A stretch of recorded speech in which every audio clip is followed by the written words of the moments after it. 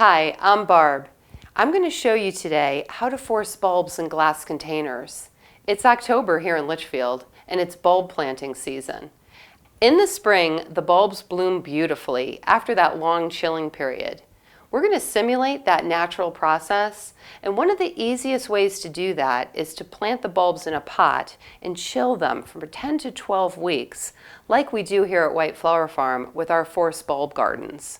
But what if we don't want to use soil to force our bulbs into bloom? It actually can be done, and we're going to show you how. The first step is chilling your bulbs. I'm putting my bulbs in a spare refrigerator.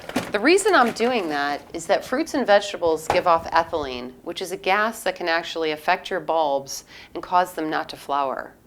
Now, not everyone has a spare refrigerator, so you can use an unheated garage or a shed as long as the average temperature is about 35 to 50 degrees and the bulbs need to be in a dark location.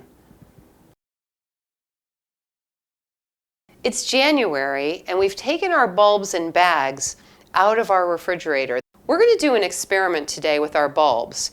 Remember, we took them from the refrigerator, but they weren't allowed to root into soil like they would outdoors. So we're going to find out if we put the bulbs in our glass container in the dark and allow the roots to grow first, will we have better flowering than if we put our glass container in a sunny spot and allow the top growth and the roots to grow at the same time? I'm going to plant our bulbs in our glass containers. Couple of things to keep in mind. You're just going to set the bulbs on the stones and you're really not going to dig them in. You're just going to set them on there. And it's better to have them close together. You'll have a better flower show and they actually can support each other as they're growing. I have 3 hyacinths in this nice square container with river stones. This is Tulip Apricot Beauty. And I'm going to mix it with Tulip Irene. And there's actually going to be 12 bulbs in this beautiful decorative glass container. One thing to keep in mind, choose varieties that are good for forcing. That way you'll have better results.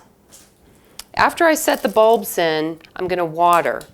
And when you're watering your bulbs, especially the first time, you're going to only put enough water in so that it hits the base of the bulb. The base of the bulb is here and you can see where the roots are going to come out. You actually want the water just to hit the base of that bulb. You don't want to submerge your bulb in water. So I've set these in. I'm going to take my watering can and just water so that the base of those bulbs are getting water.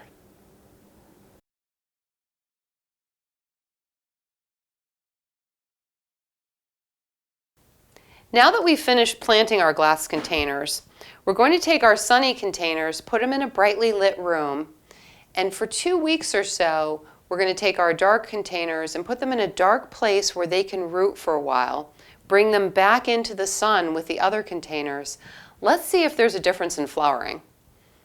After 1 week, we took the bulbs out of the dark and set them next to the other containers. We could see where the roots had begun to grow.